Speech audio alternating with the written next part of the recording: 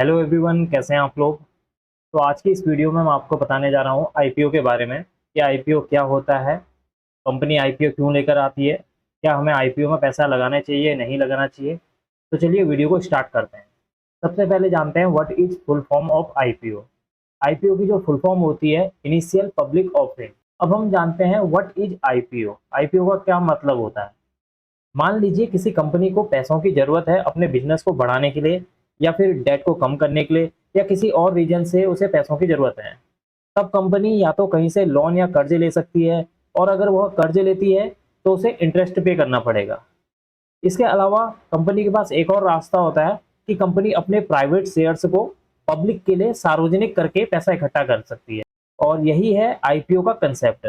मतलब जब कोई कंपनी पहली बार एक्सचेंज या स्टॉक मार्केट में लिस्ट होती है और अपने शेयर्स को पहली बार पब्लिक के लिए सार्वजनिक करती है, तो इसे आईपीओ कहते हैं। अब आईपीओ में जो पैसा आता है वो कंपनी रख लेती है, और कंपनी क्या करती है, अपने जो शेयर होते हैं वो जो है पब्लिक को बेच देती है, जो भी उन्हें बाई करना चाहता है या बाई करता है। जो लोग कंपनी के शेयर बाई करते हैं उन्हें कंपनी में हिस्सेदारी मिल जाती है।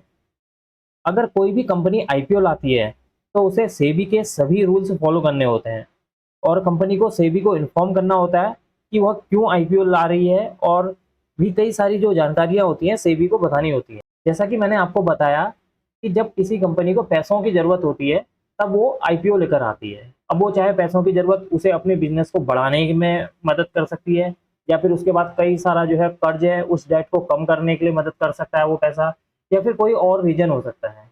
तो जब कभी भी कंपनी को पैसों की ज़रूरत होती है तो वो क्या करती है, पब्लिक से पैसा उठाने की कोशिश करती है। यहाँ पर उसे जो है किसी तरह का जो है इंटरेस्ट पे करने की ज़रूरत नहीं पड़ती है जब वो शेयर अपने पब्लिक को बेचती है आईपीओ के जरिए। अब हम जानते हैं कि should we invest in IPO, क्या हमें आईपीओ में इन्वेस्ट करना चाहिए। अगर कोई कंपनी आईपीओ लेकर आ रही है तो क्या हमें उस कंपनी के उसमें पैसा लगाना चाहिए। तो इसके लिए सबसे पहले जब कोई कंपनी आईपीओ लेकर आती है, आईपीओ की इंफॉर्मेशन आती है कि ये कंपनी आईपीओ लेकर आ रही है, तो हमें ज़्यादा से ज़्यादा उस कंपनी की इंफॉर्मेशन कलेक्ट कर लेनी चाहिए डिफरेंट डिफरेंट सोर्स से कि कंपनी आईपीओ क्यों लेकर आती है। सबसे पहले मेन रीजन होना चाहिए, हमें सर्च करना चाहिए कि आईपीओ कंपनी क्यों लेकर आ रही है। क्या वो डेट को कम करने के लिए ला रही है, या फिर अपने बिजनेस को बढ़ाना चाहती है, उसके लिए जो है उसे पैसों की ज़रूरत है। अगर ये सारी चीज़ें हमें पता लग जाएँ, और हमें कंपनी का फंडामेंटल क्या है, कंपनी का बिजनेस क्या है, क्या बिजनेस जो कंपनी का बिजनेस मॉडल है वो आगे जो है ग्रो करने वाला है या नहीं करने वाला है, उसके बाद ही हमें जो है किसी भी कंपनी में पैसा लगाना चाहिए।